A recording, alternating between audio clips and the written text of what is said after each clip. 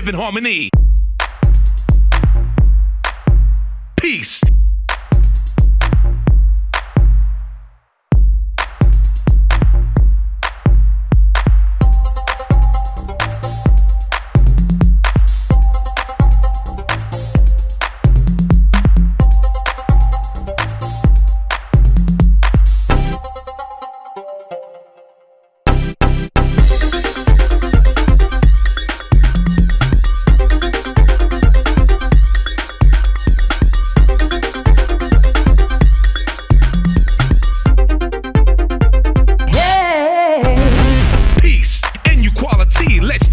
Let's live in harmony.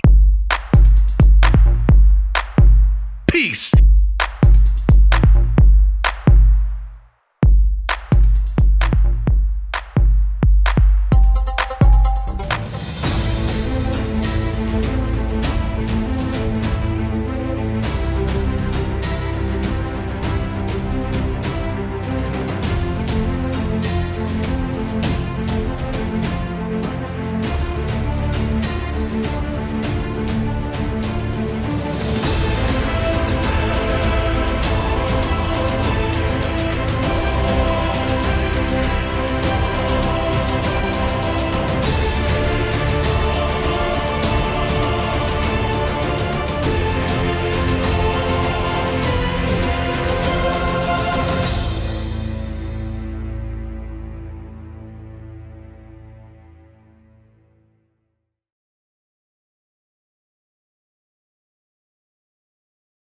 Hi, I'd like to introduce Miss Mosman, our 8th grade Bronco social studies teacher.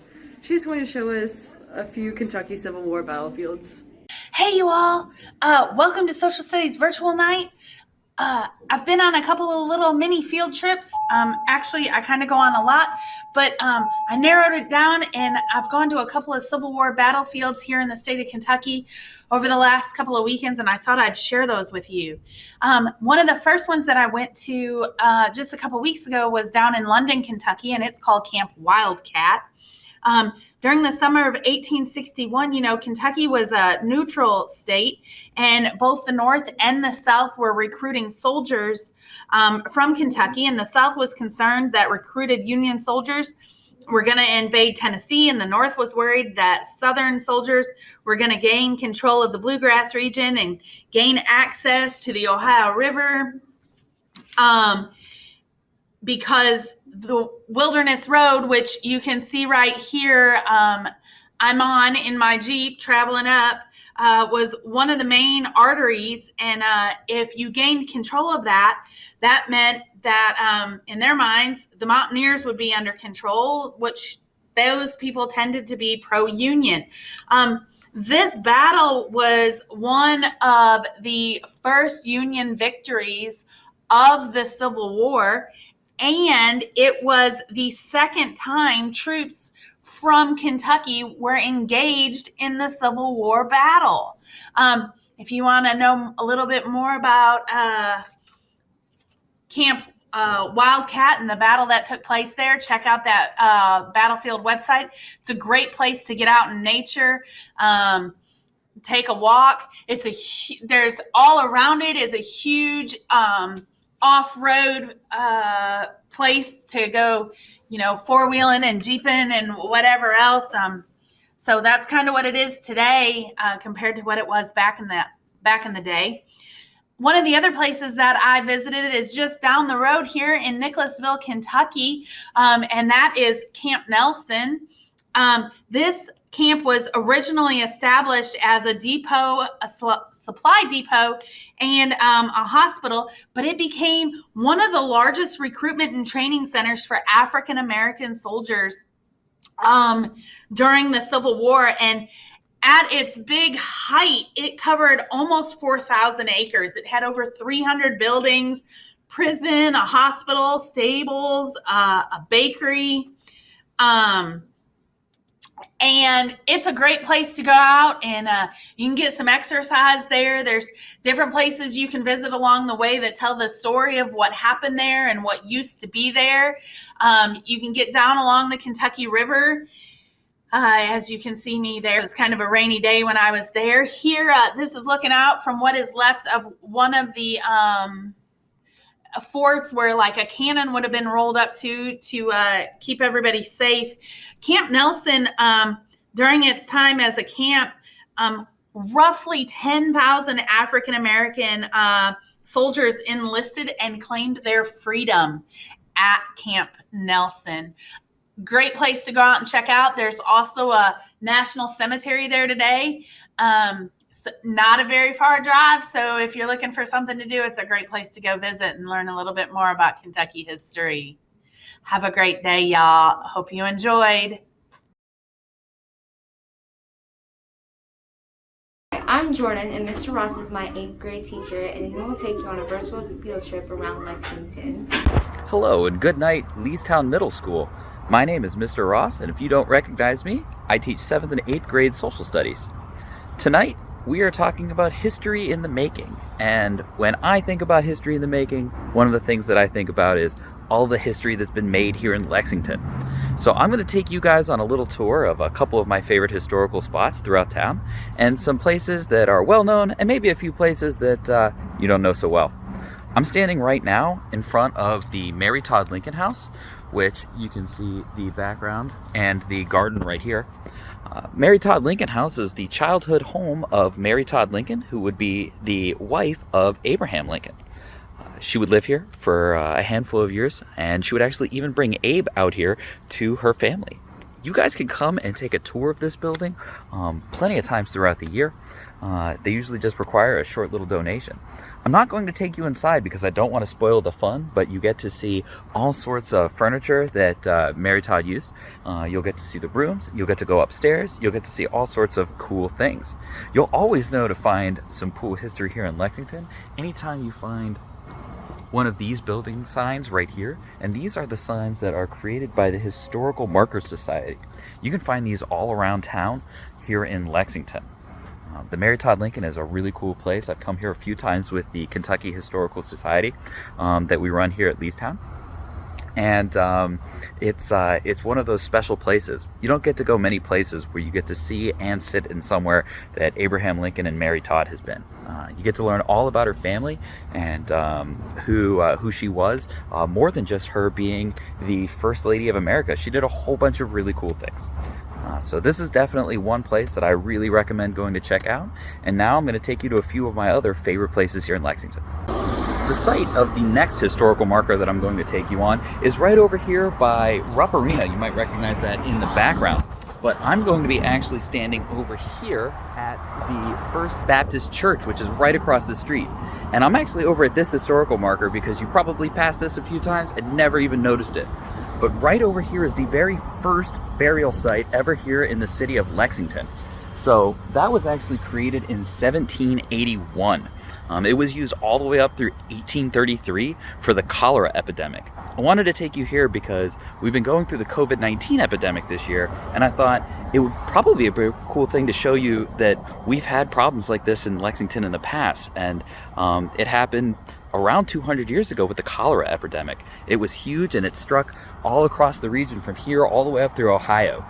So that is a really cool little marker that you probably didn't even know and probably haven't even checked out. And you can see that it's just about a block and a half away from the Mary Todd Lincoln. So if you go check out Mary Todd Lincoln, definitely come out and check out the first of our cemetery sites here in Lexington. The third site I'm at is, again, right on the Mary Todd Lincoln walk that you can take here in Lexington.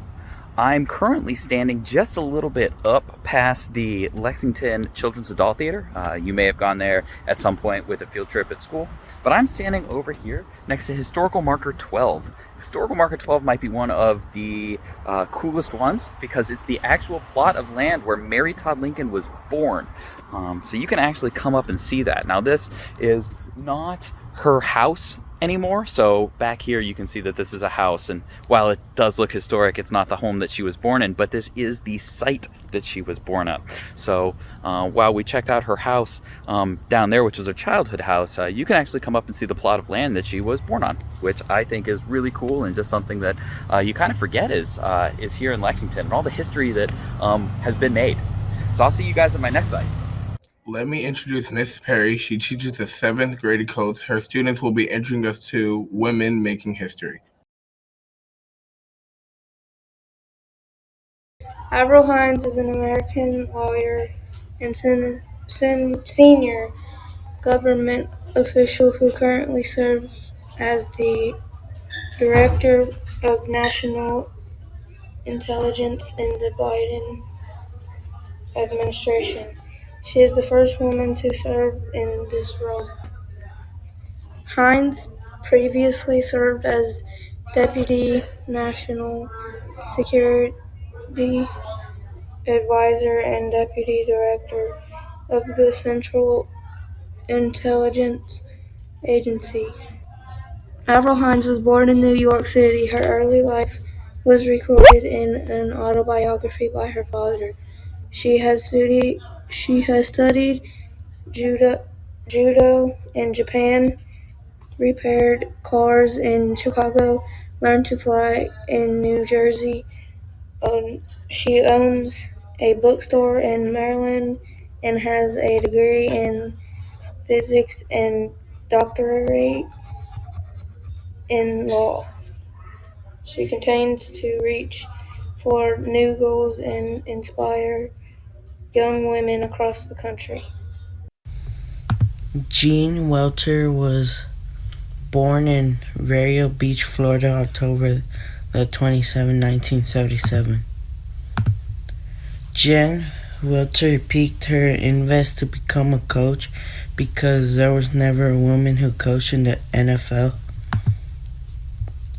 Jen Welter started training so hard and trying to run and get a lot of exercise. Jen Welter had to face with people saying she's not going to be a coach because she's a girl.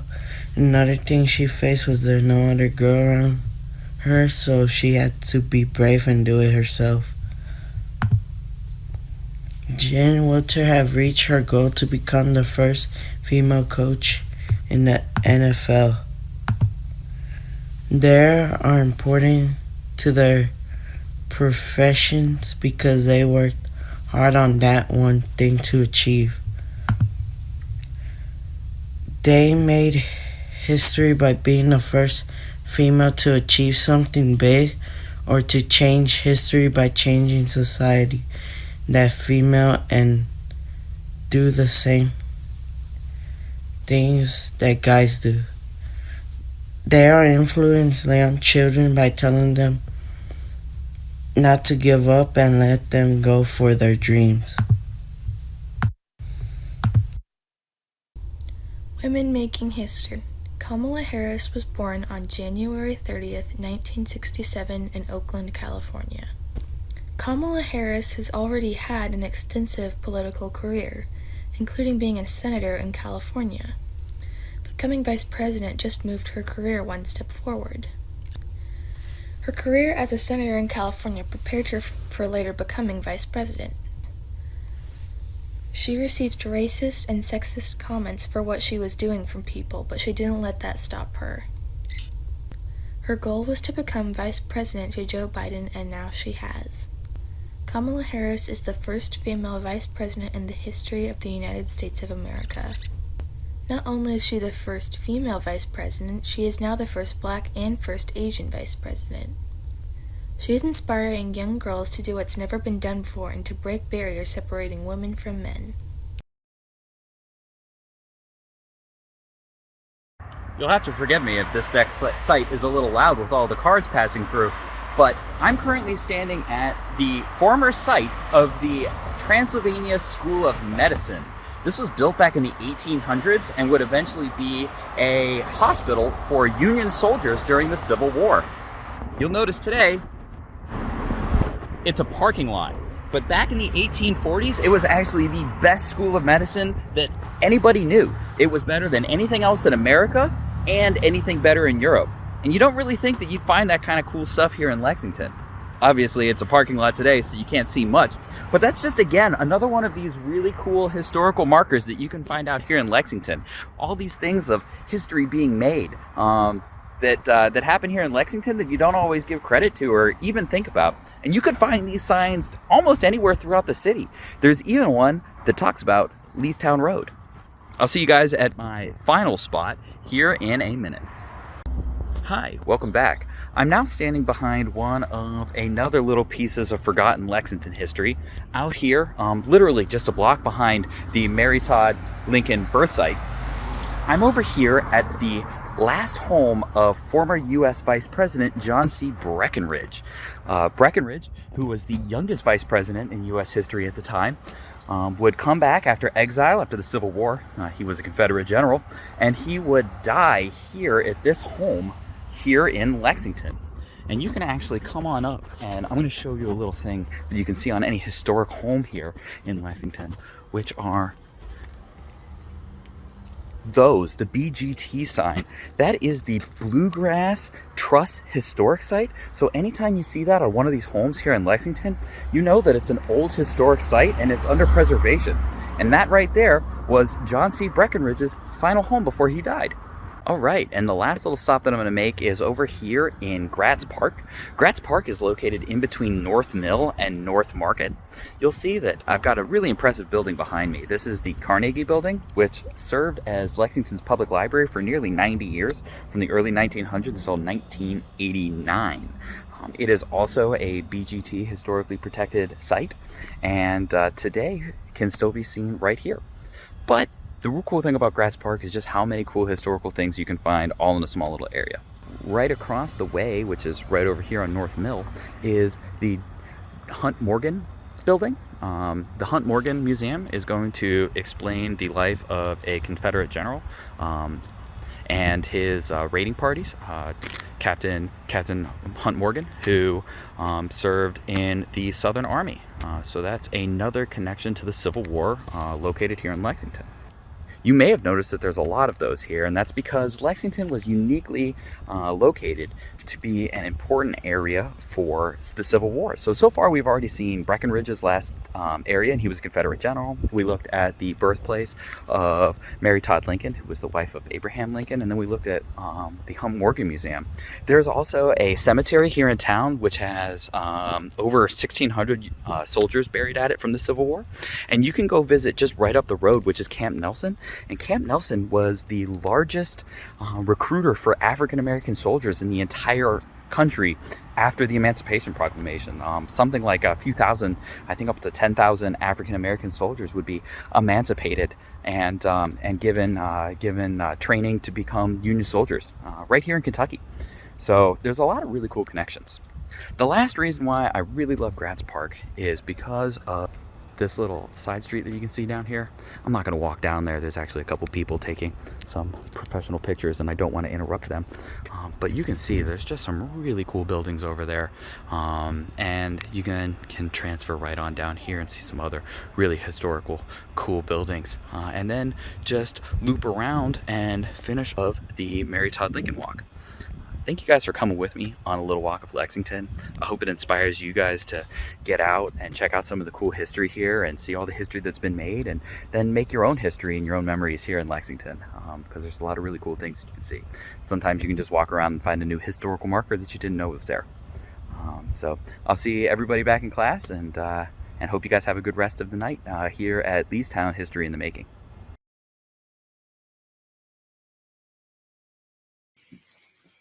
Hey, welcome Leestown families.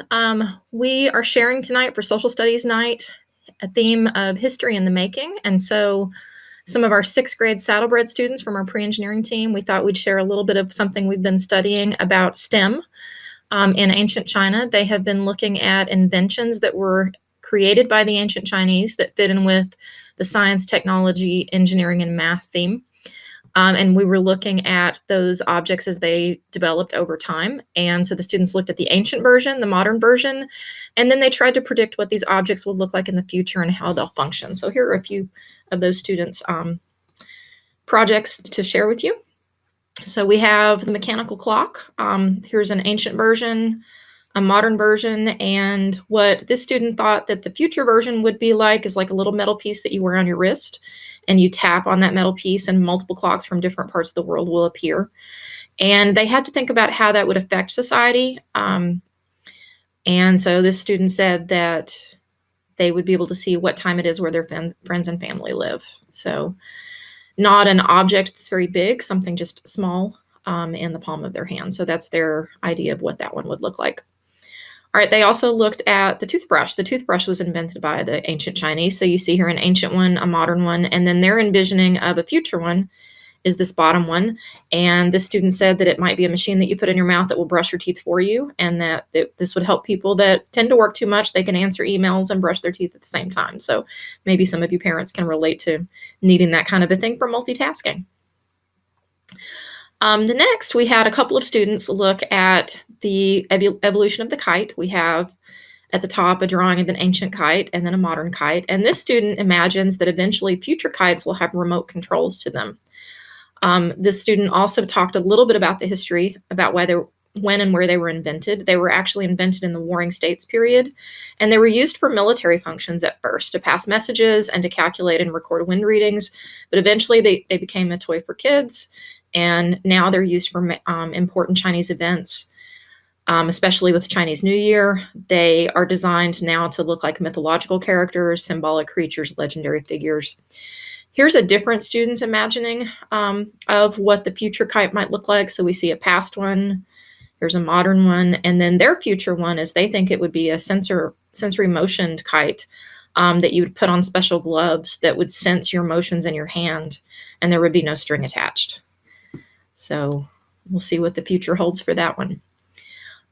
This is the umbrella, which was invented in ancient China. And of course, we have modern umbrellas. And this student's imagining of what this might look like in the future is that it might be like a hologram type of object that moves with you and repels water. So I thought that was an interesting design. The umbrella was invented over 3,500 years ago, and it was inspired by kids using lotus leaves to keep them from getting wet in the rain. It's a flexible framework and covered by cloth, and they're a lot more durable and waterproof now than they used to be. So we'll see about that hologram in the future. All right, another invention that many of us enjoy is tea. The ancient Chinese started using tea as early as the 2nd century. And so we see an ancient tea ceremony here. Here's a modern tea set.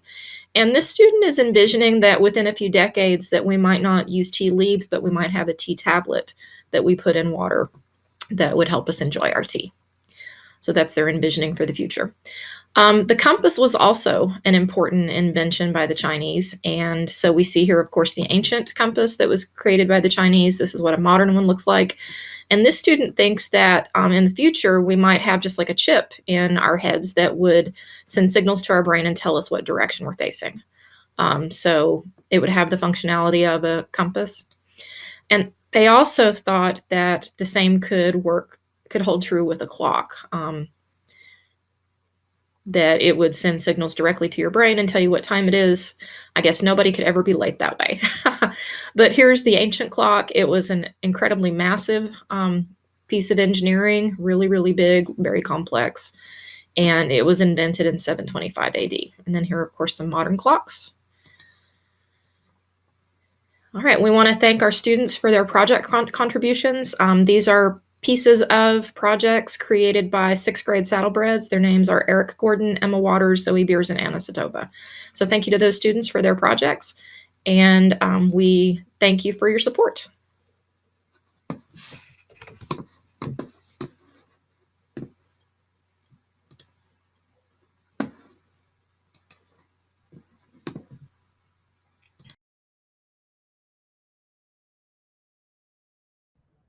Hi, this is Mr. Newton, and my students and I would like to show you a comparison about some of the social issues and some of the things that have been going on in our lives during 2020 and 2021, and compare them to times in the past that similar things have happened.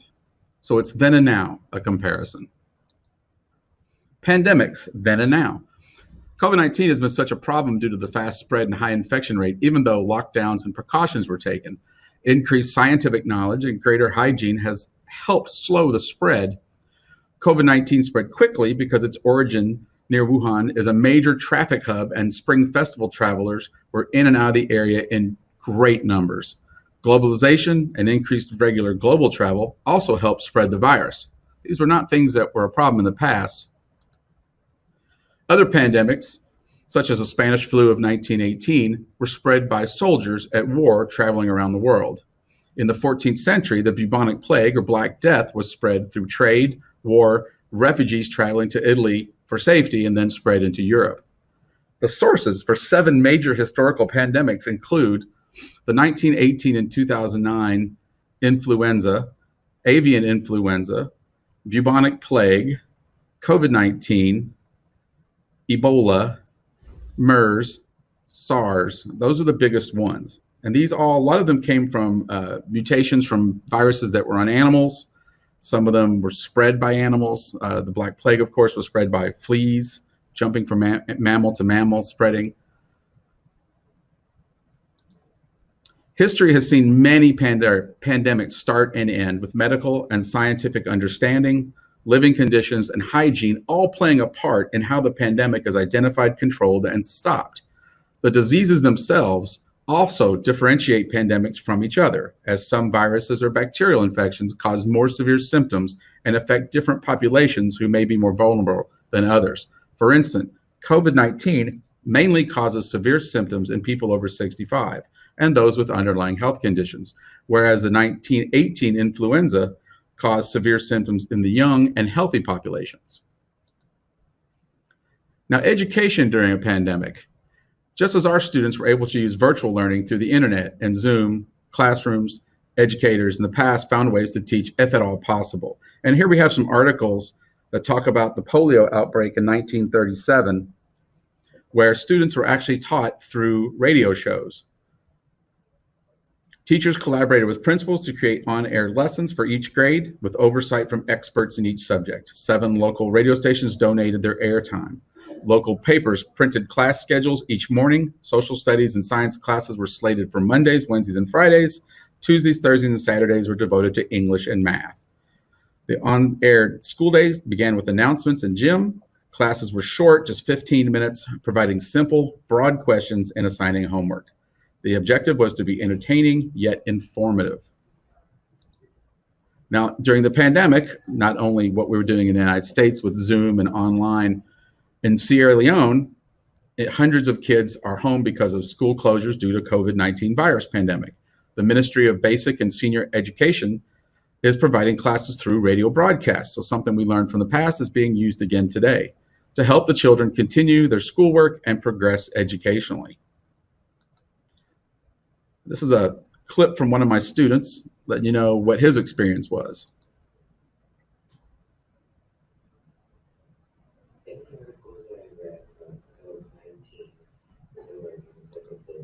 I noticed one difference and one similarity that I would like to point out. The similarity was that during SARS, the bubonic plague, Spanish flu, COVID-19, we all had some version of a lockdown in which people would stay in their houses. They wouldn't go anywhere. They weren't allowed to. The government wouldn't allow it.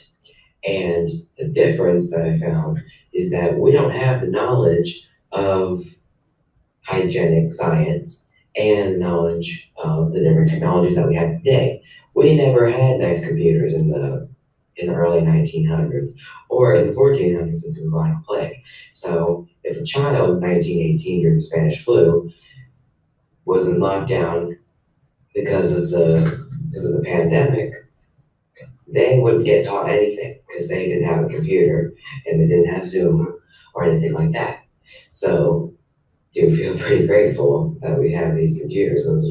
If it was like a Spanish flu, we didn't have any technology, we'd all be in the dark. We wouldn't learn anything over the past 8 months of school. Thank you, Nick. In the article. So one of my students put together a comparison of PPE, masks from the past and now. Akaya Wade, this is her presentation. Then Charles Delorme made these masks for the Black Plague, wore a black coat, carried a black stick, top hat, gloves, and black shoes. He made them and used these masks for the doctors that treated the patients in need. The masks were full of herbs and flowers and scented things to filter the bad air that they believed carried the virus into the mouth. The goggles, the coat, the gloves, the shoes, the hat would keep bodily fluids and things from getting on the doctors. And the stick was used to manipulate the patients, their clothing and things so they could observe them and examine them. Now, masks are used for surgical and medical reasons. We now use them for COVID-19 as an acute respiratory illness in humans caused by a coronavirus capable of producing severe symptoms and in some cases death, especially in older people and those with underlying health conditions. It was originally identified in China in 2019 and became a pandemic in 2020. Similarities and differences. The similarities that she found are that both masks are used for helping people in need. Both masks cover your mouth and nose. Both masks are used in a time period where there is a virus that is very deadly. The differences. COVID-19, the modern mask, is not just for doctors, but for everybody to wear. The Black Plague mask isn't really for blocking the virus. It was for blocking the bad smell when treating patients. The COVID-19 mask does not cover the face like the Black Plague one does, and the Black Plague one did not really help keep the virus away. It kept the doctor away from the patients, but it didn't keep the virus away. And this is the end, and she wants us all to have a great rest of social studies night, and tell Mr. Newton and all the staff doing the social studies night for us, thank you, and make sure you wear your mask. Thank you, Akaya. Everybody have a great night. And now here's Mr. Hufnagel to tell us about some historic places you can visit in our capital, Frankfurt. Take it away, Mr. H. Thanks, Will, for that awesome introduction. My name is Mr. Hufnagel, and I teach social studies in the 8th grade. That's me in the lower left-hand corner of your screen. Today I'm going to take you on a virtual tour of our state capitol.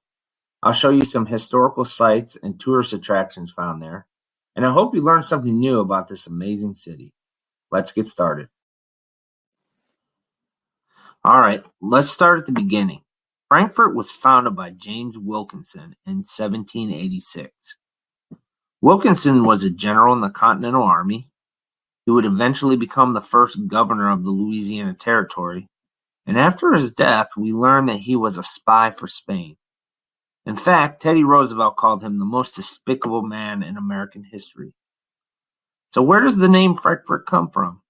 Well, it comes from a mispronunciation of Frank's Ford, where Stephen Frank, an early pioneer, was killed by Native Americans while on the Kentucky River in 1780. So how did Frankfurt become the state capital in 1792? After Wilkinson purchased the land that would become Frankfurt, he started campaigning for his future city to become Kentucky's seat of government almost immediately.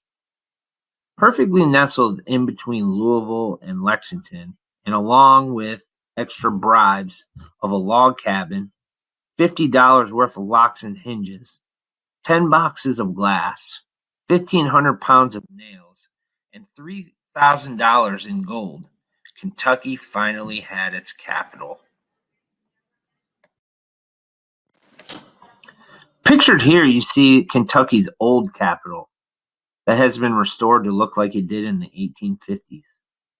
This was Kentucky's third capital because the previous two burned down. You can take a tour today.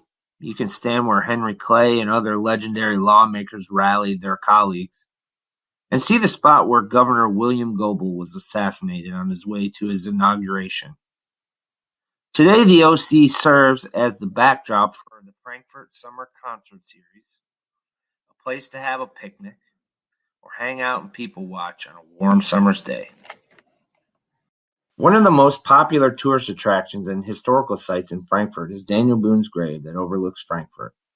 Daniel Boone helped to settle Kentucky, blaze the Wilderness Trail, and open new land in the West. Having lost his fortune with some bad land deals, Daniel Boone left Kentucky and swore he would never return, and he died in Missouri in 1820. His remains were dug up and interred in the Frankfurt Cemetery in 1845 to great fanfare and a crowd of over 20,000 people.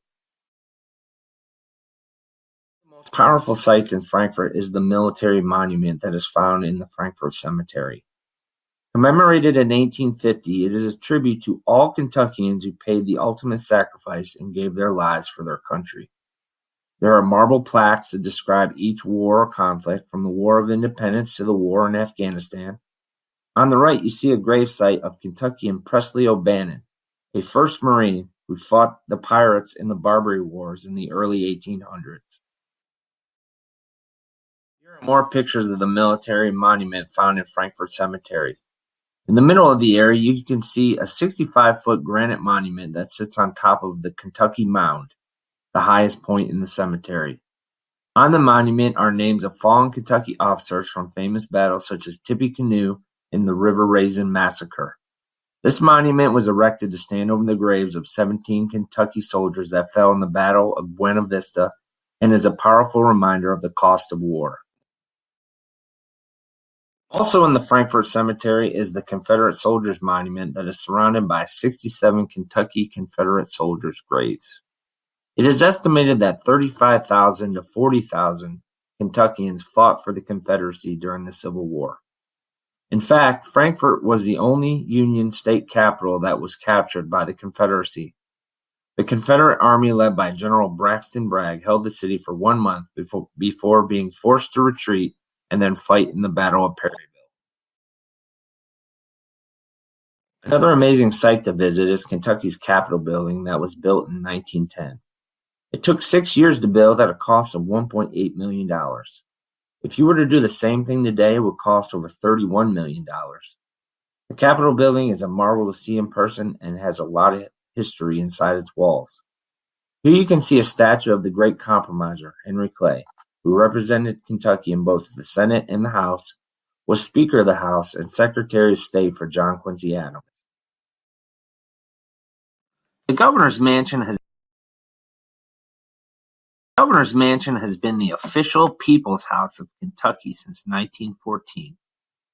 Before the pandemic, visitors to the mansion could literally walk through the garden pictured here and up to the mansion. One of the best Frankfort traditions was for the townfolk to welcome a new governor with a knock on the door and to present him or her with some food on a silver platter. Due to COVID-19 restriction protests, the property is now protected by fencing, and walks through the garden have been halted as of 2020. The Colored Soldiers Monument found in Green Hill Cemetery is the only Kentucky monument honoring Black soldiers that participated in the Civil War.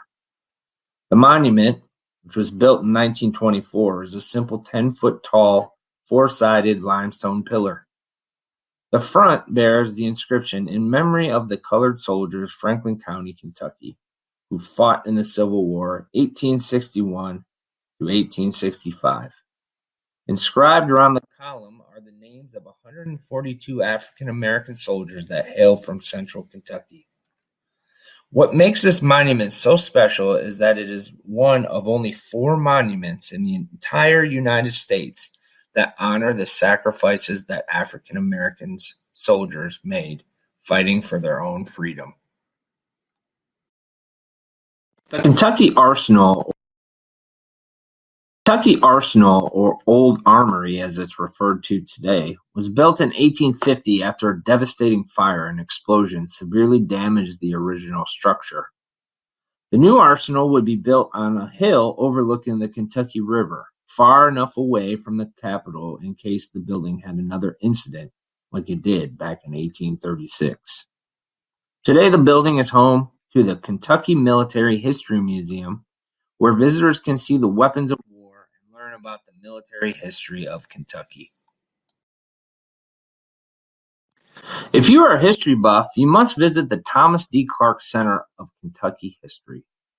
This amazing museum is home to a collection of fascinating Kentucky artifacts and history.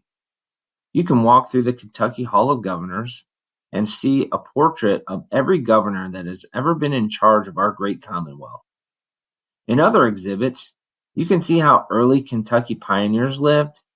You can see the jacket that Governor William Goble was wearing when he was assassinated, as well as a pocket watch that belonged to Abraham Lincoln. If you want to know more about the state that you live in and its history, this is the place to start.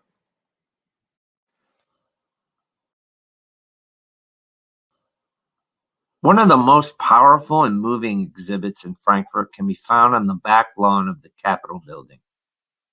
Each one of these American flags represents a Kentuckian that has died from COVID-19 during the pandemic. As of this taping, 6,053 Kentuckians have lost their battle with this horrendous disease.